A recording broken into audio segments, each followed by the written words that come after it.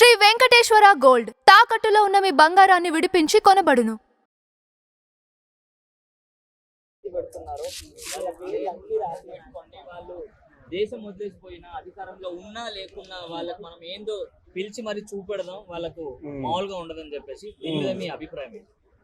2029లో ప్రభుత్వం వచ్చిందంట.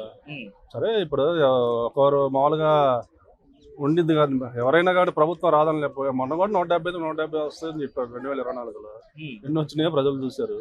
అది అంతే. ఈరోజు కూటమి ప్రభుత్వం ఆంధ్రప్రదేశ్లో పవన్ కళ్యాణ్ గారు, చంద్రబాబు నాయుడు గారు ఒక సమర్థవంతమైన నాయకత్వంలో ఈరోజు పైన సెంట్రల్ సహకారంతో, నరేంద్ర మోడీ గారి సహకారంతో అప్పుల కుప్పై పాతాళానికి పోయిన ఆంధ్రప్రదేశ్ ఈరోజు అంచెలంచెలుగా ఈ 11 నెలల్లో చెప్పిన హామీలన్నీ నెరవేర్చుకుంటూ ఒకవైపు అభివృద్ధి, ఒకవైపు సంక్షేమాలు ఇచ్చుకుంటూ ముందుకు వెళ్తున్నారు. ఇంకో 20 సంవత్సరాలు అక్కడ కూటమి ప్రభుత్వమే రన్నింగ్లో ఉండింది ఆంధ్రప్రదేశ్లో. అవసరమైతే పవన్ కళ్యాణ్ గారు ఫ్యూచర్లో నారా లోకేష్ గారు పవర్ షేరింగ్ అన్నా చేసుకుంటారేమో కానీ మళ్ళీ జగన్మోహన్ రెడ్డికి అవకాశం ఇవ్వరని నేను అనుకుంటున్నాను. అంటే రారంటారా మరి జగన్మోహన్ గారు నెక్స్ట్? ఈసారి ఆయన ఎమ్మెల్యే గెలుస్తాడో లేదో డౌట్ నాకు. సో మరి లిక్కర్ స్కామ్ లో జగన్ గారు ఉన్నారని చెప్పేసి అంటున్నారు కదా, మరి అరెస్ట్ అయ్యే అవకాశాలు ఉన్నాయంటారు? కంపల్సరీ అండి. పోయిన గవర్నమెంట్లో ఎవరైతే చట్టాన్ని ఉల్లంఘించి తప్పులు చేశారో వాళ్ళందరూ ఈరోజు ఇంచులించులుగా స్టెప్ బై స్టెప్ ఈరోజు శిక్షలు అనుభవిస్తున్నారు.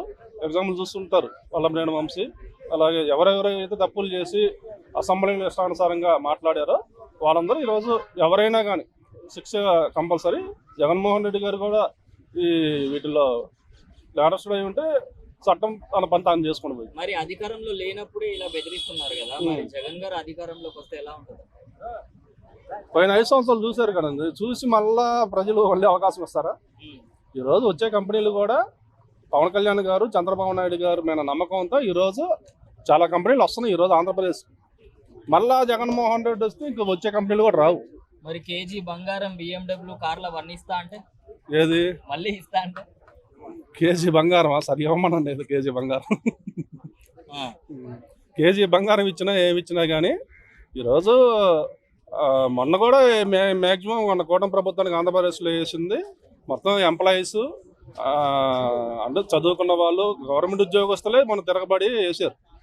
ఈరోజు వాళ్ళ ఓటింగ్ అనేది వాళ్ళకు ఉంది. సో మరి ఏపీ లిక్కర్ స్కామ్ లో దాదాపుగా 1000 కోట్ల వరకు బంగారం రూపంలో మార్చారు అని చెప్పేసి ఒక టాక్ నడుస్తుంది. దీని మీద మీ అభిప్రాయం?